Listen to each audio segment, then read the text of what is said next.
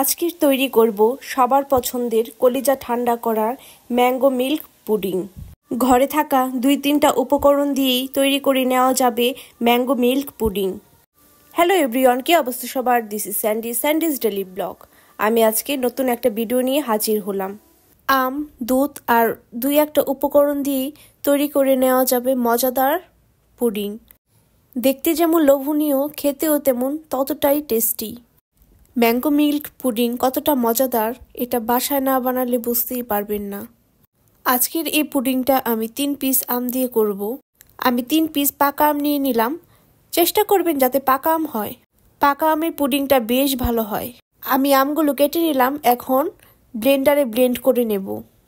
আমি 2 কাপ পানি দিয়ে দিলাম যাতে ঘনটা না হয়। এখন আমার ব্লেন্ড করা হয়ে গেছে, আমি এখন ছেঁকে নিচ্ছি। আমি এখন প্যানে বসিয়ে দিলাম। পর্যায়ে জাল করে নিতে হবে 1 বাটি চিনি। আগার দিয়ে দিলাম 2 চা চামচ। এখন আমি ভালো করে মিক্স করে 2টা বলক দিয়ে দিব। বেশি জাল করব না, 1-2টা বলক আসলেই নামিয়ে নেব। আগার দেওয়ার একটাই কারণ, আগার পাউডার যে কোনো তরল পদার্থকে ঘন করতে সাহায্য করে। এখন আমি একটা বাটিতে আমের পিউরিটা ঢেলে দিচ্ছি।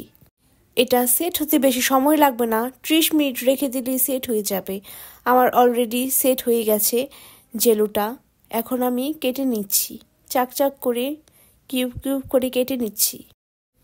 দেখেন জেলিটা কি সুন্দরভাবে সেট হয়ে গেছে। আমি যে পাত্রে পুডিংটা সেট করব ওই পাত্রে আমি জেলোগুলা দিয়ে দিলাম।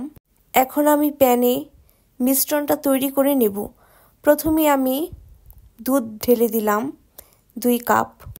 তারপর আপনারা যে যেমন মিষ্টি খান ওইভাবে চিনিটা দিয়ে দিবেন। তারপর আমি দিয়ে দিচ্ছি আগার। এখন আমি সব মিশ্রণগুলো একসাথে মিক্স করে আমি 2 মিনিটের মতো জাল করে নেব।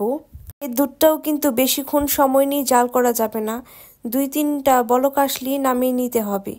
যে পাত্রে আমি পুডিংটা সেট করব ওই পাত্রে আমি দুধটা ঢেলে দিলাম। দুধটা কিন্তু সাথে সাথে চুলা থেকে নামিয়ে ঢেলে দিতে হবে। তারপর আমি একসাথে মিক্স করে নিচ্ছি। এটা জমাট বাঁধতেও বেশি সময় লাগবে না, 30 মিনিট 35 মিনিট সময় লাগবে।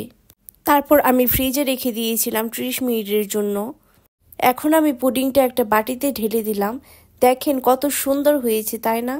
দেখতেও কিন্তু অনেক লোভনীয় লাগছে। এখন আমি পুডিংটাকে পাতলা স্লাইস করে কেটে নিচ্ছি। পুডিংটা কিন্তু পারফেক্টভাবে তৈরি হয়েছে।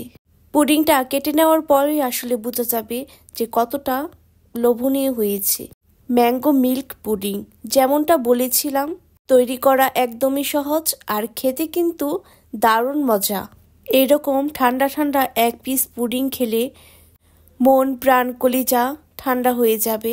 আশা করছি আমার এই রেসিপিটা আপনাদের ভালো লেগেছে। ভালো লাগলে অবশ্যই লাইক দিয়ে পাশে থাকবেন। কষ্ট করে আমার পেজে একটা লাইক দিয়ে যান। তো আজকের ভিডিওটা এই পর্যন্তই। Thank you so much for watching.